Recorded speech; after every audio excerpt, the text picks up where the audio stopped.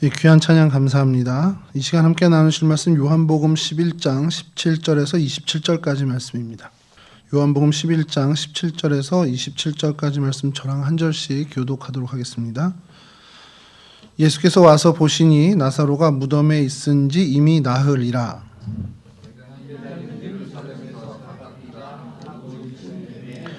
많은 유대인이 마르다와 마리아에게 그 오라비의 일로 위문하러 왔더니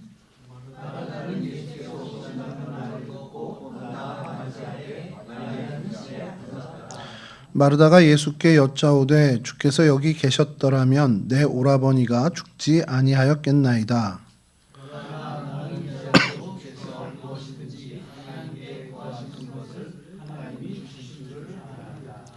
예수께서 이르시되 내 오라비가 다시 살아나리라.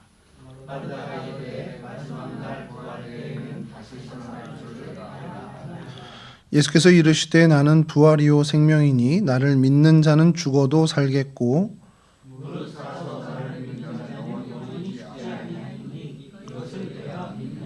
함께 하시죠. 이르시되 주여 그러하외다. 주는 그리스도시요 세상에 오시는 하나님의 아들이신 줄 내가 믿나이다. 아멘. 예, 오늘 저희가 살펴볼 성경의 장소는 베다니입니다. 익숙한 곳이기도 한데요. 저희가 익숙한 만큼 또 많이 이렇게 다루거나 언급되는 곳은 또 아닙니다.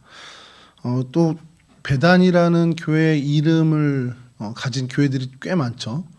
근데 사실 그 어원의 뜻을 보면은 사실 교회 이름으로는 이게 조금 적절하지 않은 단어이긴 합니다. 헬라어로는 베다니아 이렇게 돼 있습니다만 이것은 뭐 헬라어 자체로는 아무 뜻이 없습니다. 그냥 히브리어 말 그리고 아람어 말에 베다니를 그냥 음차해서 히브리어로 그러니까 헬라어로 적었기 때문에 그냥 베다니아지 사실은 이 의미를 갖고 있는 것은 벳아니아 아니면 벳아니야 아니이야 뭐 이렇게 돼 있는 히브리 말 혹은 아람어에서 온 말입니다. 뜻은 좋지 않습니다. 별로 좋은 게 아닌 게 베트는 이제 다 아시죠. 벳엘 하면 하나님의 집이고 예, 뭐 그렇게 벳이 집이라는 뜻인데 이 아니야 혹은 아나니아가 고난, 고통 이런 뜻을 갖고 있습니다. 그러니까 고난의 집, 고통의 집 혹은 이제 고난받는 사람들의 집, 가난한 사람들의 집이라는 뜻을 갖고 있는 것이 베다니입니다. 그러니까 교회 이름으로 뭐 적절하다 안 적절하다 그러니까 의미만 놓고 보면 별로 붙이고 싶지 않은 이름이긴 한데 또 교회라는 것이 원래 본래 그런 아픔과 고통이 있는 자들이 모이기 때문에 또 거기서 하나님의 위로를 받기 때문에 또 교회 이름으로 뭐 한편으로는 또 괜찮을 수도 있겠다는 생각을 좀 해보게 되죠. 위치를 좀 보겠습니다. 지도를 띄워주시면 예, 이스라엘 전체에 예루살렘이 가운데 있다면 그 바로 옆에 있습니다. 직선거리로는 한 3km 정도 떨어져 있고요. 도로로 하면 한 8.3km 정도 이렇게 도로가 돼 있는데 8km를 보통 운전해 가시면 얼마나 걸리나요? 8km 정도? 뭐 직선거리 2, 3km 뭐 얼마 안 될 거고 8km가 아무리 이제 천천히 간 국도라고 해도 한 10분, 15분이면 가지 않을까 싶은데 오늘 날짜로 구글 지도에서 검색을 하면 1시간이 나옵니다. 예, 희한하죠. 그만큼 차가 밀린다는 얘기고요. 그러니까 실시간 내비게이션이 1시간 정도 나오는데 그래서 제가 이거는 믿을 수가 없다. 그래서 평상시에 어느 정도 걸리나 했더니 한 30분 정도가 나오더라고요. 근데 그것도 좀 길다 싶어서 왜 그런가 해서 했는데 전혀 뭐 이렇게 자료가 없어요. 그러다가 어느 한 사이트에 그 2025년 10월에 이제 다녀온 고고학자 사이트입니다. 그곳에서 그 원인을 찾아낸 것이 이곳이 이제 아랍인들이 거주하는 곳이 돼버렸습니다. 이 베다니가. 그리고 이곳에 좀 위험 요소들이 좀 있어요. 그러니까 분리장벽을 세웠습니다. 그 옛날 예루살렘과 이 베다니, 그러니까 감람산을 중심으로 해서 분리장벽을 세워놓는 바람에 검문도 강화되고 또 길도 오히려 이렇게 돌아가야 되는 상황. 그래서 한 30분 정도, 25분에서 30분 정도 소요되는 그 길. 가깝지만 먼 곳이 되어버린 거죠. 예, 그러한 곳이고요. 그래서 여기를 조금 더 확대하면 베다니가 예, 오늘날로 치면은 알 에이자리아. 그러니까 에이자리아가 나사로라는 이름이 아랍어로 하고 있는 발음인데 엘이나 알 이것은 그 자리라는 뜻입니다. 그래서 나사로의 자리라는 도시 이름을 갖게 되어버렸습니다. 그래서 그 알자리아를 치면은 이렇게 영역이 나와요. 그러니까 여기 뭐 도시 구획의 어떤 그 경계선은 분명히 아닙니다만 요 주변을 보게 되면 요 정도를 베다니 정도 그 마을로 보고 있는 정도입니다. 그래서 예루살렘이 이곳이 옛날 예루살렘 그 올드시티가 있고요. 거기서 요 큰 길로는 분리장벽 때문에 못 가고 이게 돌아가는 길을 좀 안내를 많이 합니다. 그래서 요 곳에서 이곳으로 중간에 올리브산, 감람산이 있고 그 너머에 그러니까 그 직선거리는 한 3km 조금 더 되는데 그 정도의 도시입니다. 그러니까 굉장히 작은 도시고 여기가 인구가 계속 등락이 있는 게 최저로는 한 70가구 정도만 살던 동네로 이렇게 어떻게 보면 줄어들기도 하고 또 한 200~300가구 사는 걸로 늘기도 하고 뭐 1000여 명 이상이 거주하는 곳으로도 올라갔다가 또 어떤 시국의 상황이 좀 바뀌면 또 예루살렘에 가까이 있다 보니까 검문이나 이런 것들이 강해지면 또 인구가 줄어버리는 그런 일들이 계속 반복되는 지역입니다. 그래서 예루살렘은 다음 지도 보여주시면 요 정도 이제 여기를 이제 그 원도심이라고 하죠 저희로는 예루살렘이 요 정도이고 그리고 지금 여기 올드시티는 이제 성지에 가까운 곳인데 요 정도고 그 다음에 거기서 떨어지는 곳 이 감람산을 넘어서 가는 곳이 벳바게가 있고 그 밑에 있대 이제 또 그 베다니가 있는 그런 그 요 정도의 모습이 이 지도의 모습입니다.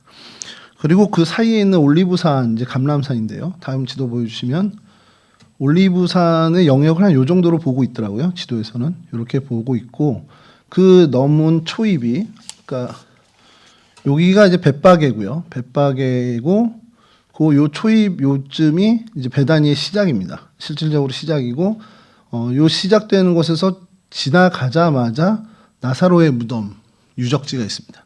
그리고 그곳에서 조금 더 가면 지금 현재의 베다니 마을이 이제 그 마을이 형성된 곳의 중심지가 거기 있죠. 그렇다면 여기가 뭐 하나도 뭐 없는 무슨 그런 시골이 아니라요. 여기도 이따 사진 보시겠지만 여기도 좀 번화합니다. 번화한데 실제적으로 중심은 이쪽에 이제 중심권이 있고 이 나사로의 무덤과 기념교회는 이 베다니 초입에 있다라는 정도. 그 정도가 이제 지도에서 저희가 볼 수 있는 거고요. 그래서 올리브산이 있는데 이 올리브산의 사진을 좀 더 보려고 합니다만 다음 사진 먼저 보여주시죠. 전에 저희가 한번 이 감람산을 이 시간에 할 때 그러니까 기억이니까 2023년에 했더라고요. 그 감람산을 할 때 요 사진을 보여드렸습니다. 예, 요 기억 나시나요 혹시? 나실 리가 없을 것 같은데요. 요게 교회죠. 이게 무슨 기념교회일 것 같습니까? 예, 만국교회입니다. 목사님 대답해 주시면 안 됩니다. 목사님. 목사님 대답하시면 예, 반칙입니다. 예, 이게 감람산이잖아요. 올리브산이라고 하는 게 감람산인데 여기를 겟세마네로 보는 그 성서 고고학자들의 견해가 지배적입니다. 그리고 거기 요 작은 겟세마네 예수님이 기도했다라고 보는 그곳을 기념하는 곳에 많은 세계 곳곳에서 기금이 모아져서 교회를 세워서 이게 올레이션 처치라고 돼서 만국교회가 됐어요. 그래서 요 교회 바로 뒤터는 겟세마네 이제 유적지로 이제 보고 있습니다. 그곳이 있는 곳이 이 감람산입니다. 사진이 좀 더 저쪽으로 좀 더 넓게 넓혀져야 되는데 대충 하는 게 그렇게 높지 않은 산이에요. 근데 이 산을 넘어야 베다니가 나옵니다. 그래서 이 산 정상에서 반대편 예루살렘 이제 옛 올드 시티를 바라본 사진이 다음 사진인데요. 예, 다음 사진 보여주시죠. 예, 야경입니다. 살짝 야경인데 아시겠지만 이쪽은 그 감람산 기슭, 감람산의 서편은 무덤입니다. 온 무덤이 엄청나게 그 큰 무덤이 있고 거기 정상에서 예루살렘 올드 시티를 바라보면 이제 여기가 다윗성과 또 그 황금사원 이렇게 지금 보이는 요 정도의 어떤 구도를 갖고 있습니다. 그래서 요걸 넘어가야 이제 베다니가 나오는 건데 베다니에서 있었던 일 뭐 이렇게 베다니가 어떤 곳이냐 그러면 그 뭐 어디 뭐 검색을 해도 그렇고 한 세 가지 정도가 나와요. 그 사건 위주로 해서 한 것이. 그러니까 베다니가 어떤 곳이냐면 대표적인 것이 이 나사로 남매 이 삼 남매의 거주지가 이 베단이라는 것이 제일 먼저 등장을 하고요. 그 다음에 거기서 있었던 사건 중에 좀 주목하는 사건은 오늘 저희가 읽은 나사로의 그 소생 사건, 그것과 또 하나가 마리아가 예수님의 발에 향유를 부은 사건, 이제 그 사건이 베다니에서 있었다라는 것이 등장을 합니다. 그리고 이 사건과는 좀 다르게 하나 이제 독특하게 나오는 것은 예수님께서 예루살렘에 입성할 때에 그 입성의 처음 시작을 이 베다니에서 머무시면서 준비하고 시작하셨다. 그래서 이 베다니가 예수님의 생애에 있어서는 굉장히 좀 굵직한 사건들이 좀 있는 곳이라는 것이죠. 근데 그 지리적으로도 저희가 좀 봐서 알겠지만 예루살렘에 가깝기 때문에 가능하고요. 또 여러분들이 뭐 이미 좀 잘 알고 계시지만 아까 지도에서 예루살렘의 동편에 있잖아요. 근데 예수님이 갈릴리 지역에서 활동을 하시다가 그냥 남쪽으로 내려오시면 예루살렘 북쪽이나 어떻게 뭐 북서쪽으로 들어오셔도 될 것 같은데 왜 이 동편으로 들어오실까 좀 의아해하는 생각을 하실 수도 있습니다. 이미 여기 계신 분들은 다 알겠지만 그 사마리아 지역을 통과를 안 해요. 이스라엘 사람들, 유대 사람들은. 그러다 보니까 사마리아를 돌아서 동쪽으로 가서 아예 동편으로 넘어서 요단을 건너가서 다시 이렇게 들어오는 이 경로가 이때의 예루살렘에 들어오는 가장 최적의 경로입니다. 저희가 내비게이션 티맵을 키면 티맵 추천 경로가 나오잖아요. 그것처럼 가장 많은 이스라엘 유대 사람들이 선호하는 예루살렘으로 들어가는 길목이 바로 이 베단이고 이 베단이는 거의 예루살렘의 관문이라고 보면 됩니다. 근데 이 베단이가 성경에 여기 하나만 있는 게 아니죠. 좀 잘 아시겠지만 세례 요한이 요단강 건너편에서 세례를 줄 때 그곳을 성경에선 요한복음 1장과 10장에는 베단이라고 합니다.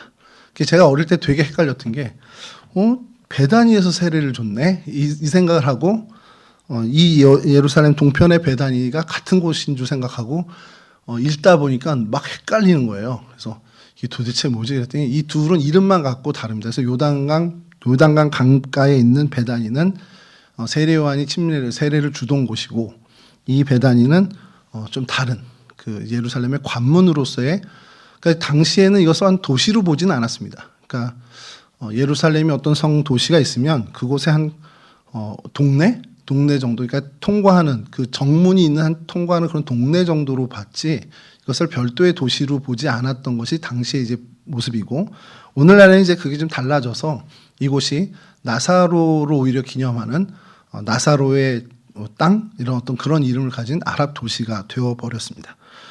예, 그래서 이 곳의 모습을 저희가 살펴볼 때 먼저 좀 봐야 되는 것이 나사로의 무덤이 이곳에 있어서 그것이 약간은 성지화가 됐습니다. 그래서 아랍 사람들 역시도 그것을 기념해서 이곳을 나사로의 이름을 붙인 그런 어떤 곳이 그런 도시가 된 것처럼 나사로의 무덤이 있는데 다음 사진 보여주시죠. 예, 다음 사진 보여주시면 여기 뭐라고 써 있습니까?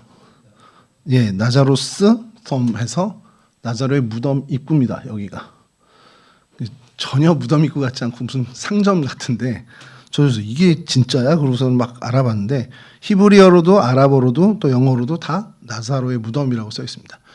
이게 그래서 이렇게 입구가 돼 있나? 너무 제가 그리고 나름대로 저희가 한 2, 3년 이 지명을 좀 살펴봤잖아요.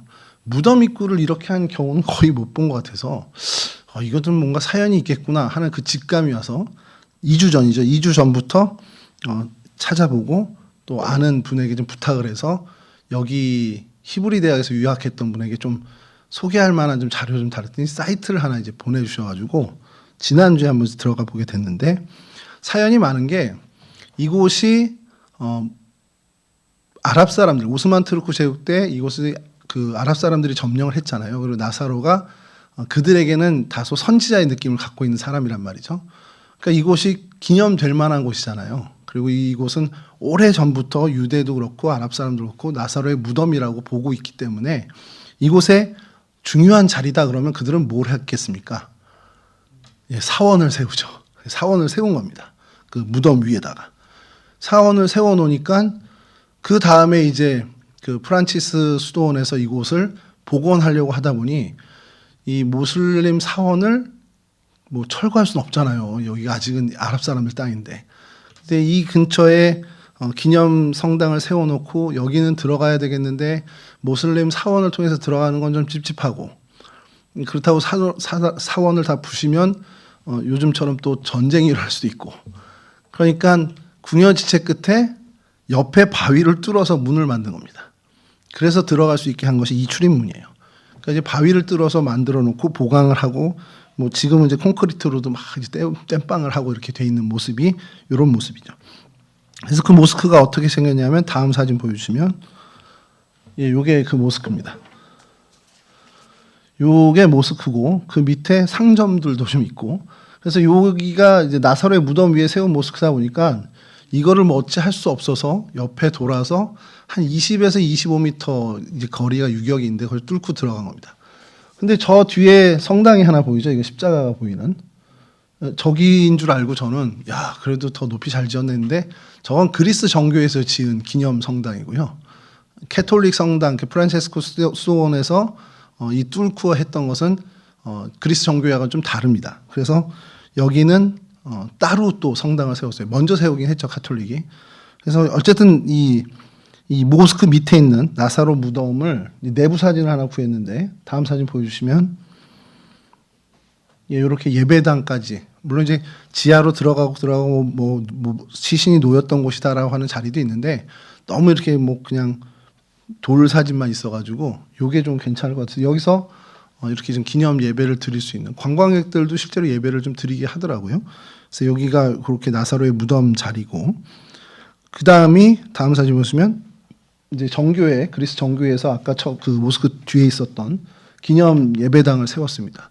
여기는 내부 사진도 없고요. 뭐 별로 공개하지도 않고 그냥 그리스 정교회에서 굉장히 폐쇄적으로 관리만 하고 있는 상황입니다. 그래서 모스크에서 그러니까 그 원래 나사로의 무덤 위에 세워진 모스크에서 바로 서쪽에 붙어 있는 그런 이제 그 위치에 하고 있고요. 그 반대편에는 다음 사진 보여주시면 카톨릭에서 지은 성당입니다. 요거는 이제 내부가 공개가 돼서, 그냥 외형은 똑같아요. 그냥 외형은 그냥 성당 같아요. 성당 같은데 내부에 이 카톨릭의 특유의 어떤 그 정서를 느낄 수 있는 것을 해놨습니다. 다음 사진 보여주시면, 예, 이게 그 방금 본 사진, 그 성당의 내부입니다. 제가 왜 이 사진을 골랐겠습니까? 예, 여러분 요게 무슨 장면 같으세요? 전사님 혹시 확대가 될까요? 요 부분 사진 그 성화 부분, 예, 조금 요쪽 걸로, 예, 그쪽 걸로, 예. 이 라틴어를 읽으실 수는 없을 것 같고, 어떤 모습일 것 같습니까? 여기 예수님인 건 같고 여자 2명이 있습니다. 담임 목사님 말씀해 주시면 안 되고요. 여기서 있었던, 베다니에서 있었던 일 중에 그 아까 제가 3가지 큰 주요 사건인데 거기에는 포함되지 않았는데, 예수님이 마르다의 집에 초청을 받아서 갔을 때 마르다는 막 분주하게 일하고 마리아는 발치에 앉아서 예수님의 말씀을 듣고 했던 그 장면을 이제 그려낸 겁니다. 그래서 두 자매가 예수님의 말씀을 경청하고 있는 그 부분이고요. 반대편 그러면 벽화는, 예, 요거는 어떤 장면을, 그러면 이 베다니에서 있었던 일을 그려놓은 겁니다. 지금 스타벅스 쿠폰이라도 걸어야 될 것 같은데. 예, 저는 처음에 요 사진이 예수님인 줄 알았습니다. 예수님이 이렇게 뒤에 후광이 있어가지고. 근데 그 밑에 라틴어가 에고숨 레숙티오 에트비타, 이게 오늘 저희가 읽은 본문에 나는 부활이요 생명이니, 요한복음 11장 말씀을 불가타 번역으로 해놓은 건데, 나사로의 소생 사건, 나사로를 살리실 때의 그 말씀 구절이죠. 그래서 이게 나사로의 회복 사건, 그러니까 소생 사건을 벽에 그려놓은 겁니다. 그래서 한 4군데가 이렇게 그려놓은 게 있는데, 비슷한 시몬, 나병 환자 시몬의 집에 방문했을 때 그 사건, 향유를 부은 그 사건도 그려져 있는데, 이렇게 2개를 한꺼번에 찍은 사진이 있더라고요. 그래서 이렇게 좀 준비를 했습니다. 요게 이제 그 베다니 나사로의 무덤 옆에, 이건 옆이죠. 모스크가 무덤 위에, 그 옆에. 그래서 그냥 놓쳤네, 무덤을 차지했어야 되는데 아깝네 했는데, 이 자리도 굉장히 의미가 있는 자리입니다. 이 자리는 무슨 자리냐면요. 이 성당이 세워진 자리는 나사로와 마르다 마리아의 생가가 있었던 자리로 보고 있습니다. 그러니까 나사로의 집 위에는 성당이 세워졌고 뭐 얼마 차이 안 나요. 10몇 미터밖에 차이 안 나는데 세워졌고 그 바로 옆에 무덤은 모스크가 세워졌는데 그 옆으로 문을 내서 무덤에 들어갈 수 있게 해놓은 그런 정도의 모습입니다. 그러면 좀 생각이 하나 더 드실 수 있잖아요. 그럼 나사로 집도 있고 무덤도 이제 발견했는데 그러면 이 베다니에서 있었던 것 중에 하나 예수님의 향유 사건 그럼 그것도 어디인가에 흔적이 있어야 되지 않을까? 근데 거기 성경에 뭐라고 나옵니까? 거기가 나병 환자 시몬의 집이라고 나옵니다. 그럼 시몬의 집을 찾아야겠죠. 성서 고고학자들은 찾아냈습니다. 다음 사진 보여주시면 다음 사진 보여주시죠.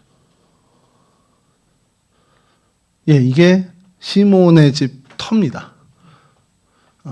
그냥 돌을 세우는 것을 그냥 지목한 게 아니고요.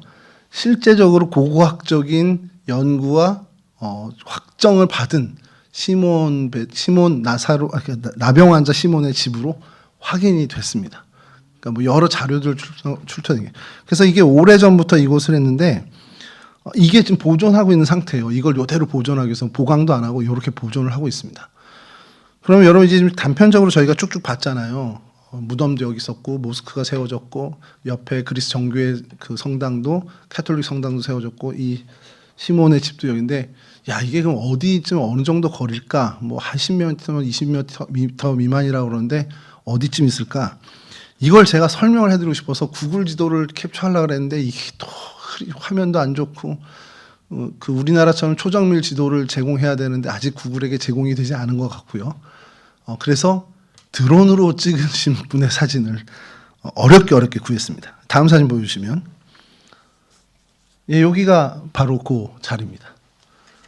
여러분 이거 보시면 이게 시몬 나병 환자 시몬의 집 터입니다. 그리고 여기가 모스크예요. 여기 미나렛 올라온 요 밑에가 이제 나사로의 무덤입니다. 그리고 그걸 기념하기 위해서 그리스 정교회에서 기념교회를 세운 게 요 기념 예배당이고요. 아까 보여드렸던 캐톨릭 성당이 여기 있습니다. 그러니까 캐톨릭 성당 여기는 나사로의 생가가 있었던 자리에 지었고 생가 옆에 무덤이 있었습니다. 그 무덤 가까이에 나병 환자 시몬의 집이 있었습니다. 그러니까 걸어서 뭐 1, 2분도 안 걸리는 거리입니다. 이렇게 모여 있습니다. 그리고 사실 여기가 베다니 초입입니다. 요 길로 들어오는 것이 베다니 초입이고 들어오면 바로 이렇게 나사로의 집이 나사로의 그 동네가 있었습니다. 그러니까 이 신약 시대의 그 베다니 그러면 지금의 그 도심지가 아니라 이 지역이 베다니였다라고 보시는 게 맞죠. 그래서 이 사진으로 제가 만족하고 있는데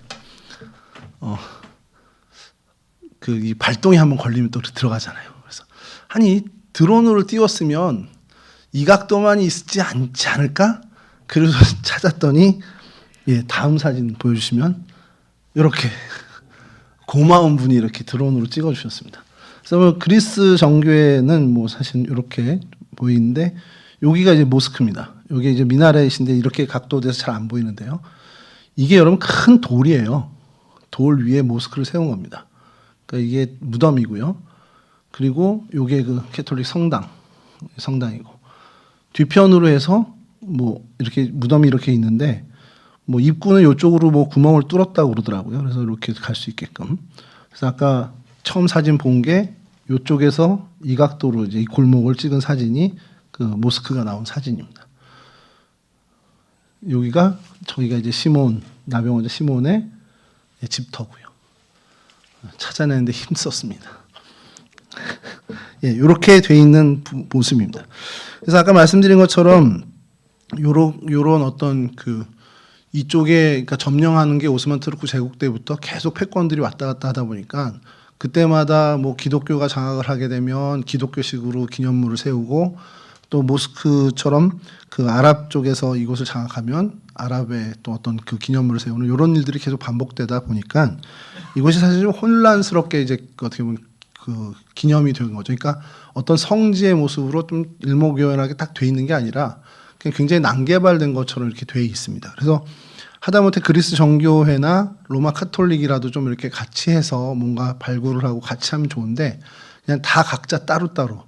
사실 여기에 개신교가 합세하지 않은 것만도 다행이죠. 개신교가 만약에 어느 정도 이 아랍권에 힘을 쓸 수 있어서 들어왔다면 뭔가 여기도 또 무슨 기념 장로교회 뭐 이렇게 세웠겠죠. 근데 이제 그것은 아직 없는 상황입니다. 자, 근데 이제 제가 여기서 보다가 한 가지 여러분들하고 좀 이게 좋은 정보가 될지 아니면 성경에는 나오지 않으니까 뭐 별로 그렇게 간과하고 넘어가도 될 만한 이야기인가라는 생각하다가 한 번쯤은 그래도 좀 언급해도 좋겠다 싶은 것이 있어서 말씀을 드리면 그 시몬 나병 환자 시몬의 집과 이제 이 나사로의 집이 되게 가까이 있었습니다. 그리고 또 재미난 것은 향유 부은 사건이 시몬 자꾸 베드로가 입에 붙어서 나병 환자 시몬의 집에서 이제 벌어졌고요. 또 마르다와 마리아가 예수님을 공개하는 그 사건도 시몬의 집으로 이제 성경에서 이야기를 하거든요. 그럼 도대체 시몬이란 이 나병 환자 시몬은 도대체 누구길래 이 남매들과 이렇게 친숙하게 지냈을까? 이 성경에는 안 나오는데 이제 그것이 이제 초대 교부들에게도 좀 숙제였습니다. 그래서 이 세 가지 견해가 있는데요. 가장 유력한 설로 그 캐톨릭에서 받아들여지는 가장 유력한 설은 이 시몬이 이 세 남매의 아버지라는 견해가 있습니다. 초기 기독교 전승 그리고 또 많은 성서학자들이 지지하는 유력한 가설인데 이 나병 환자 시몬이 마르다, 마리아, 나사로의 아버지였을 것이고 그 나병에 걸려서 격리되는 삶을 살다가 예수님을 만나고 예수님께 치유를 받았고 그 일로 주님을 섬기게 되면서 그 기쁜 마음을 가지고 주님을 초청해서 자신의 집에서 잔치를 열었다라는 겁니다. 그리고 그 집이 시몬의 소유였기 때문에 성경은 시몬의 집이라고 명명을 했던 거고요. 삼남매는 그의 자녀였기 때문에 자연스럽게 마리아가 그 집 잔치를 자기 집 잔치를 이제 준비하면서 시중 들었다라고 해석을 하는 견해입니다. 이게 이제 많은 구약학자들과 성서학자들로부터 지지를 받고 있는데 그럼 그게 정확합니까? 하면 또 그건 또 아니죠. 그러니까 유력한 설입니다. 두 번째로 유력한 설은 이 시몬이라는 나병 환자가 마르다의 남편이었을 것이라고 추정하는 겁니다. 개신교의 좀 많은 학자들이 이 설을 좀 지지하고 있습니다. 누가복음 10장 38절에 보면 마르다라 이름하는 한 여자가 예수님을 자기 집으로 영접했다라는 데서 출발합니다. 당시의 가부장적인 문화에서 남자의 이름을 갖고 그 사람의 집이라고 하는 경우는 흔하지만 여자의 이름을 가지고 마르다의 집 이렇게 표현한 일은 거의 없고 극히 드문데 예외적으로 부르는 것이 남편이 부재되어 있는 경우에 그렇게 부르는 경우가 있다고 해요. 그래서 그런 드문 일인데 마르다가 그러면 과부였거나 아니면 혹 남편이 말 못할 모든 사정으로 지금 집에 올 수 없는 상황이 됐다. 뭐 전쟁으로 군인을 나갔던가 아니면 근데 유력한 설은 나병이 걸려서 격리되어 마을 밖에 있다. 이 정도로 이제 보고 있는 겁니다. 근데 그 남편이 예수님으로 인해서 고침을 받게 되고 그로 인해서 이 가정이 예수님과 가까워지게 됐다는 것. 그리고 그 기쁜 마음으로 당시 이제 마르다의 집으로 사람들이 지칭했을 테니 시몬이 복귀하면서 잔치를 열게 되었다라는 것이 개신교 신학자들의 일부와 또 개신교의 좀 정통한 몇몇 학자들이 지지하는 설입니다. 이게 이제 아버지 설이다, 그리고 남편 설이다가 있고요. 그리고 세 번째로는 이건 굉장히 인문학적인 그냥 보통 상식선에서 야 성경에 아버지였으면 아버지라고 표현 안 했겠냐? 남편이었으면 남편이라고 얘기했겠지. 그러니 이제 그것 아니면 다른 가능성은 아주 가까운 이웃 아니면 그때는 다 친족 사이였으니까 친척 겸 이웃이 아니었겠냐라는 당연히 친척 집에 예수님이 오셨고 그럼 일손을 가까운 친척들이나 가까운 이웃이 와서 도왔을 테니 그때 마르다와 마리아도 와서 예수님을 맞이했을 것이다라는 설이 있습니다. 뭐 많은 지지는 못 받고 있습니다만 어떻게 보면은 가능성은 좀 높은 편이긴 해요. 그래서 담벼락을 마주한 아주 가까운 이웃이었을 것이다 라고 이야기를 합니다. 그래서 시몬이 예수님을 위해서 큰 잔치를 벌였는데 평소 가깝게 지내던 그 마리아와 또 음식 솜씨가 뛰어났던 그 마르다가 와서 이 잔치를 도왔을 거야 라는 것이 그 한 설입니다. 그러니까 뭐 어떤 위치가 됐던 간에 결과적으로 이 시몬과 이 세 남매는 굉장히 밀접한 가까운 사이였다라는 것은 확실하죠. 그것이 뭐 혈연 관계가 아니더라도 가까웠을 것이라는 것은 이제 지키 짐작하고 남고, 이런 것들을 좀 뒷받침해 주는 게 이런 성서 고고학입니다. 바로 가까이 있었으니까 여러분 아무리 그 한 마을이 그 베다니가 좁은 동네라고 그래도 이렇게 가까이 지낸다면 거의 친족에 가까울 수 있다라는 정도로 성서 고고학자들이 이야기하고, 그것을 근거로 성경의 내용을 좀 더 풍성하게 해가는 그런 것이 성서 고고학의 좀 힘이 아니겠느냐라는 생각을 좀 해보게 됩니다. 그래서 요 초입은 이렇게 생겼고요. 그럼 지금 현재 알에이자리아라는 그 도시의 중심부는 어떻게 생겼는지 사진을 그냥 참고적으로 좀 보여드리면, 다음 사진 보여주시면, 예, 그냥 이런 정도의 아주 소규모 도시입니다. 다음 사진 보여주시면 이제 인구가 좀 밀집되어 있는 동네인데, 예, 어쨌든 뭐 평지보다는 언덕에 가까운 동네이다 보니까 이런 식으로 좀 모여 있습니다. 그리고 하나 이제 그 드론을 띄워서 찍으신 분이 아주 기가 막힌 사진을 하나 좀 띄워주셨는데, 예, 다음 사진 보여주시죠. 예, 여기가 좀 전에 저희가 봤던 시몬의 그 집터, 그리고 여기가 모스크 보이시나요? 예, 모스크 요 자리입니다. 그리고 여기가 베다니 초입입니다. 요 올리브산 넘어 기슭의 산자락이 끝나는 곳의 기토로, 여기가 초입이고요. 그리고 저 멀리 예루살렘이 보입니다. 예, 여기가 이제 그 감람산 기슭 서편 언덕이죠. 서편 언덕이고 여기가 황금사원이 보이는 이 사진을 누가 올려주셨더라고요. 그래서 세상에 고마운 분은 많구나, 네, 그런 생각을 하면서 이 사진을 좀 하나 좀 소개해봤습니다. 그래서 그 도심 지역도 뭐 있는데, 오히려 예루살렘에 가까운 이쪽이 인구 밀도는 더 높은 것 같다라고 이제 그 기록한 분도 그렇게 해놨더라고요. 그래서 그러면 여기를 예루살렘과 분리된 도시가 아닌 게 신약 시대의 어떤 정서인데, 오늘날도 그 분리 장면만 없다면 그렇게 예루살렘과 이렇게 동떨어진, 그러니까 분리된 어떤 도시로 보지 않는 게 좀 맞지 않을까. 같은 문화권, 같은 어떤 행정권에 있는 그런 모습이 더 맞을 것 같은데, 이 아랍 사람들이 거주한다라는 그 이유만으로 지금 현재는 좀 많이 분리되어 있는 상황이기도 합니다.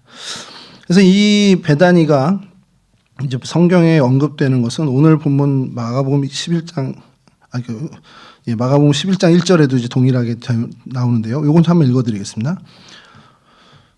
마가복음 11장 1절에 그들이 예루살렘 가까이 와서 감람산 벳바게와 베다니에 이르렀을 때에 예수께서 제자 중 둘을 보내시며, 그러니까 예루살렘 입성 전에 제자들을 보내서 이제 나귀를 찾는 그 장면이 마가복음에 등장하는데, 이때는 벳바게와 베다니가 같이 이제 등장을 합니다. 그리고 요한복음 11장 1절에 쓰죠. 오늘 저희 말씀인데, 어떤 병자가 있으니 이는 마리아와 그 자매 마르다의 마을 베다니에 사는 나사로라. 이 마리아를 이제 설명하면서, 이 마리아는 향유를 주께 붓고 머리털로 주의 발을 닦던 자여 병든 나사로는 그의 오라버니더라. 근데 여러분 좀 읽으면서 조금 의아할 수 있는 것이, 오늘 요한복음 11장에서 이미 마리아는 향유를 주께 붓고 머리털로 닦던 자라라고 이렇게 표현을 합니다만, 요한복음에서 이 사건은 그 다음 장에 나옵니다. 그러니까 이게 시간 순서는 아니라는 거죠. 그러니까 이 요한복음을 기록할 때 어떤 병자가 있는데 그 사람이 나사로야. 근데 그 사람이 누구냐면 마리아의 오빠인데, 너희들 기억하지? 그 예수님 발에 향유 부었던 그 사람이야 라고 얘기를 하는 겁니다. 시간은 이 이후지만 그때 이제 설명을 이제 어떻게 보면 주석을 달듯이 이렇게 기록을 한 거죠. 그래서 이게 예전에 뭐 신학생 때는 되게 헷갈렸던 거예요. 아니 도대체 12장에 나오는데 왜 11장에서 벌써 이게 있으면 어떻게 해? 그럼 그 전 이야기야? 근데 그런 건 아니고요. 이제 기록자의 기록의 의도에 따라 이렇게 된 겁니다. 그다음에 요한복음 12장 1절에서 3절에 이거 좀 띄워주시면, 6월절 엿새 전에 예수께서 베다니에 이르시니 이곳은 예수께서 죽은 자 가운데 살리신 나사로가 있는 곳이라. 그러니까 전장에서 살린 곳이니까 이건 뭐 등장하는 게 자연스럽죠. 거기서 예수를 위하여 잔치할세 마르다는 일을 하고 나사로는 예수와 함께 앉은 자 중에 있더라. 그러면서 마리아는 지극히 비싼 향유 곧 순전한 나드 한 근을 가져다가 예수의 발에 붓고 자기 머리털로 그의 발을 닦으니 향유 냄새가 집에 가득하더라. 그러니까 이 사건은 나사로의 소생 이후에 벌어진 사건인 건 확실합니다. 근데 이제 기록을 할 때 그 사건을 상기시키면서 이제 기록을 했다라고 보시면 되는 거죠. 이렇게 이제 성경에 좀 등장을 하고 있고요. 그래서 베다니에 대해서는 뭐 많은 사건들이 있지만 요 정도의 사건과 이런 모양들을 저희가 좀 살펴보면 그걸로 좀 되지 않을까 싶어요. 그래서 이 사건과 또 베다니를 생각하면서 좀 드는 생각들을 여러분과 말씀을 좀 나누려고 할 때 그냥 드는 생각은 이거 놓쳤네. 기회를 놓쳤네. 마르다 입장에서 또 마리아 입장에서 주님 앞에 나와서 똑같이 얘기하는 게 주님이 여기 계셨더라면 우리 오라버니가 죽지 않았을 텐데요라는 약간 아쉬움의 표현을 합니다. 뭐 거기에 원망이 들어갔다라는 뭐 해석을 하는 분도 있는데 제가 볼 때는 원망이 들어간 건 아니고 주는 이제 서운함이죠. 이제 안타까움을 갖고 있는 거죠. 이렇게 보면은 저희가 항상 그래요. 저희들의 타이밍이 뭔가 좀 한 발 늦을 때가 좀 있습니다. 인생을 살고 또 신앙생활 할 때도 뭐 사고 현장을 보면서 이거 조금만 이거 빨랐으면 한 발만 빨랐어도 이거 막을 수 있었을 텐데 뭐 이런 얘기들을 하죠. 그리고 그걸 소위 요즘은 뭐 골든 타임이라고 얘기를 합니다. 그 시간이 지나버리면 아무리 무슨 뛰어난 그 장비든 의사든 와도 소용이 없다라는 거예요. 그 골든 타임을 그래서 굉장히 강조를 많이 합니다. 특히 응급 환자나 이런 경우에 많이 강조하죠. 근데 인생에도 이런 것들이 분명히 있습니다. 어떤 취업의 기회라든지 건강을 회복할 기회, 또 깨진 관계를 되돌릴 기회, 어떤 그런 그 마감 기한이 있을 법한 일들, 그러니까 그런 것들도 그 기회들도 딱 회복할 수 있는 더 나빠지지 않을 그 골든 타임이 분명히 있다라는 거죠. 그리고 그 일이 지나쳐 버리면 그 골든 타임을 놓쳐버리면 우리 마음엔 상실감도 생기고 또 절망이나 어떻게 보면 실망감. 그러면서 이제 자조 섞인 말로 이제 다 끝났다. 이제 뭐 틀렸네. 이렇게 이제 저희가 한숨 섞인 이야기를 하고 말죠. 오늘 본문의 마르다와 마리아가 그 심정이었다라는 겁니다. 오라버니 나사로가 병들었는데 그래서 예수님께 급히 와달라고 사람을 보냈어요. 근데 예수님께서 뭐 더디 오신 거, 예수님께서 일부러 좀 늦게 가신 거를 마리아 마르다는 모르죠. 근데 그렇게 예수님이 좀 더디 오셨습니다. 간절히 기다렸는데 결국 주님 오시기 전에 오라버니는 죽고 말았습니다. 그리고 이미 나흘이 지난 다음에야 주님이 이제 도착을 하신 거죠. 그러니까 그 마음에는 이미 골든 타임은 끝났다. 그냥 다 늦었다. 이제 할 수 없구나라는 마음으로 어떻게 보면 절망하고 실망감이 가득할 때였다라는 겁니다. 그리고서 예수님이 오셨다는 얘기에 마르다가 가서 첫 마디가 그 아쉬움 짙은 주님께서 여기 계셨더라면 내 오라버니가 죽지 아니하였겠나이다. 이게 그의 마음에 아주 그냥 정말 솔직한 표현을 한 겁니다. 주님 골든타임 놓쳤어요. 이젠 늦었어요. 이제 끝났어요. 이제 틀렸네요. 이 얘기를 하는 겁니다. 마르다는 늘 주님의 능력을 믿고 살았던 사람입니다. 그런데 그 능력이 예수님의 그 과거 이야기 또 어떻게 보면 먼 미래 얘기는 해당되지만 지금 당장 오라버니가 죽은 이 시점에서는 예수님의 능력이 발휘될 거라고 믿음을 갖지는 못했던 것 같아요. 그러자 예수님께서 마르다에게 얘기하죠. 네 오라버니가 다시 살아날 거다라고 말씀하십니다. 그러니까 그녀는 뭐라고 대답합니까? 마지막 날에 부활 때 다시 살아날 줄 내가 압니다. 그건 내가 믿습니다. 얘기를 하죠. 교리적으로 정말 완벽한 대답을 합니다. 근데 지금 지금 바로 이곳에서 역사하실 주님의 능력에 대한 믿음은 사실 그 믿음에 대한 고백은 아니라는 거죠. 마르다는 예수님의 능력을 믿었던 사람이지만 그 능력을 또 한정짓는 자리와 시간에 대해서는 또 한정짓는 생각을 갖고 있었다는 겁니다. 근데 여러분 이게 마르다만의 이야기가 아니라는 겁니다. 저희들의 이야기라는 거예요. 여러분 전능하신 하나님 믿으시죠? 아멘 하셔도 됩니다. 근데 그 전능하신 하나님의 그 전능하심을 여러분들 지금 이 자리에 여러분들이 맞닥뜨린 그 일, 여러분들이 불가항력적으로 해결하지 못하는 그 일에도 주님의 능력이 임할 거라는 믿음은 사실 그렇게 철떡같이 믿는 분들은 좀 드문 것 같아요. 여러분 우리가 늘 마르다처럼 고백하는데 그게 이런 고백에 가깝습니다. 예전에 내게 은혜를 주셨죠. 그때 하나님의 능력은 제가 기억합니다. 그리고 혹은 그래요 하나님 내 그 먼 미래 내가 죽음을 맞이한 그날 내가 천국에선 정말 하나님 나라에서 그 영화를 누리며 그러면서 그 미래에 대한 천국에 대한 소망도 갖고 있습니다. 근데 정작 내 삶에 나흘된 무덤 앞에 그런 어떤 모습 이미 다 지나간 골든타임 다 무너지고 끝난 나흘된 무덤 앞에 있는 내 문제에 대해선 주님을 별로 기대하지 않는 모습을 저희들은 갖고 있다는 겁니다.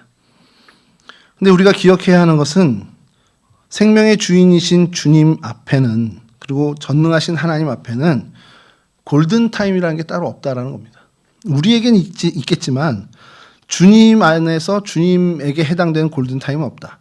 그러니까 주님이 가시는 그 시간이 바로 골든타임입니다. 그러니까 주님이 임하시면 그게 골든타임입니다. 언제가 정해진 게 아니라요.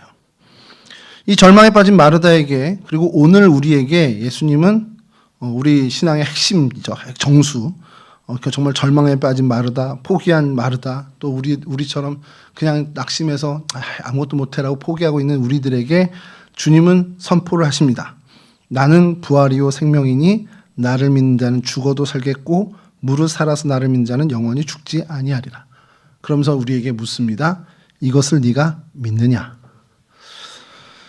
여러분, 이 선언은요, 오직 예수님만이 우리의 유일한 구주라는 것, 우리의 유일한 구원자라는 것, 우리의 문제에 오직 주님만이 답이 된다라는 것을 선언하시는 선언입니다. 여러분, 주님만이 우리의 유일한 소망이라는 것, 우리는 머리로 잘 알고 있습니다.